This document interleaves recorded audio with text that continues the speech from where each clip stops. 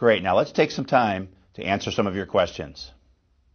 Should window opening control devices be used in all windows in a home or just for those that are designated for emergency escape and rescue? Now remember, the building code requires that only one window in each sleeping room meet the requirements for emergency escape and rescue. But during emergencies, people often use windows in their living room or in the kitchen or a family room or other windows in other parts of the home to escape. So it's really important that every window that has an emergency escape and rescue opening have the window opening control device, but it's equally important that all windows in the home have a window opening control device, not just those that are designated by the minimum code requirements. Can window stops do the same thing as a window opening control device? Now remember, the window opening control device standard, ASTM2090, requires that the device be resettable and that it be releasable for emergency escape and rescue. So if you put a window stop that fastens into the window and simply limits the opening, that does not meet the standard, and that could cause problems in the case of emergency escape and rescue. So the answer to that question is no. Do window opening control devices interfere with window screens or washing windows? Well, the answer to that question is that most window manufacturers who use window opening control devices are incorporating them into their window designs, so that whether it's the placement of an insect screen or it's the opening of a sash to be able to use that to gain access for washing, that the window opening control device will not interfere with that function. Do window opening control devices void the manufacturer's warranty? And the answer is, if you purchase a window opening control device from the manufacturer, then they've designed their window to work with that specific window opening control device. If you're using it for retrofit, you should consult the manufacturer directly. Why does the WOCD need to reset each time? That's a very important feature of the ASTM2090 standard. Remember, we're trying to educate parents and caregivers about the need to control the opening of the window when children are present. So by resetting each and every time, we will help educate those caregivers. That's an important part of the standard, an important part of design for window opening control devices.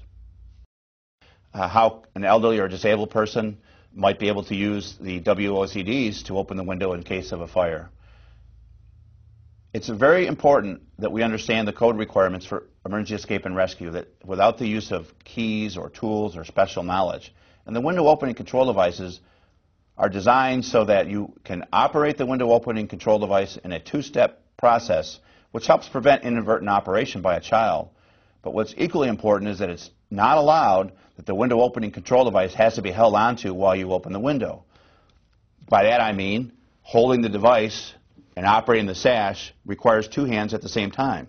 Well, depending on the size of the window and the location of the window, that might be difficult for someone who's smaller, certainly for someone who's disabled or elderly to do. So if you have a device that meets the standard, then you won't have to have a two-handed operation at the same time.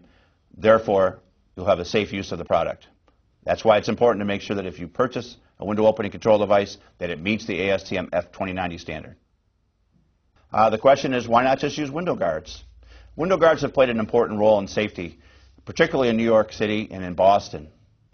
Unfortunately, not all window guards meet ASTM2090 standard, and window guards are often confused. There are other devices like security guards, and security bars, and grills that don't meet emergency escape and rescue requirements. There is, from time to time in certain areas of the country, obviously there's some objection to the use of window guards because they block the window and they prevent light from entering into the home. And they can also make it more difficult when it comes to cleaning the windows and washing the windows. Window guards are not part of the window, they're affixed to the opening. So the idea of using a window opening control device is an approach that's generally more readily accepted by the consumer and the homeowner, does not intrude into the window opening, and still meets the requirements for emergency escape and rescue. Are window opening control devices required by building codes? The building codes today have requirements for location of emergency escape and rescue openings, and they also have minimum sill height requirements for windows located above 6 feet from the adjacent ground surface. And there are exceptions for those sill height requirements for windows that are fitted with either window guards or window opening control devices. So the code, while it doesn't require window opening control devices today, does require them as an exception to the sill height requirement, and also requires that those window opening control devices that are used, whether they're used for that exception, or just as a means of added precaution and safety in the home, that they must meet the ASTM F2090 standard. The question from a code official is, how can he make sure that a particular product, a particular window opening control device, meets the code? The code requirement requires that the product demonstrate compliance to the standard. The standard ASTM F2090 is a testing standard. Therefore, a code official should ask the manufacturer or the provider of the window opening control device to furnish them with a copy of the test report from an accredited laboratory. By using that test report, you'll be able to be certain that the product meets the ASTM F2090 standard. Can WOCDs, window opening control devices, can they be used on all types of windows? Well, as you know, today windows are made from a lot of different materials: wood, vinyl, aluminum, even composite materials. And they come in all operator types: single hung, double hung, sliders, horizontal, vertical, casements, awnings. And manufacturers, as we speak, are developing designs for all types of windows and all types of materials. So the answer is yes.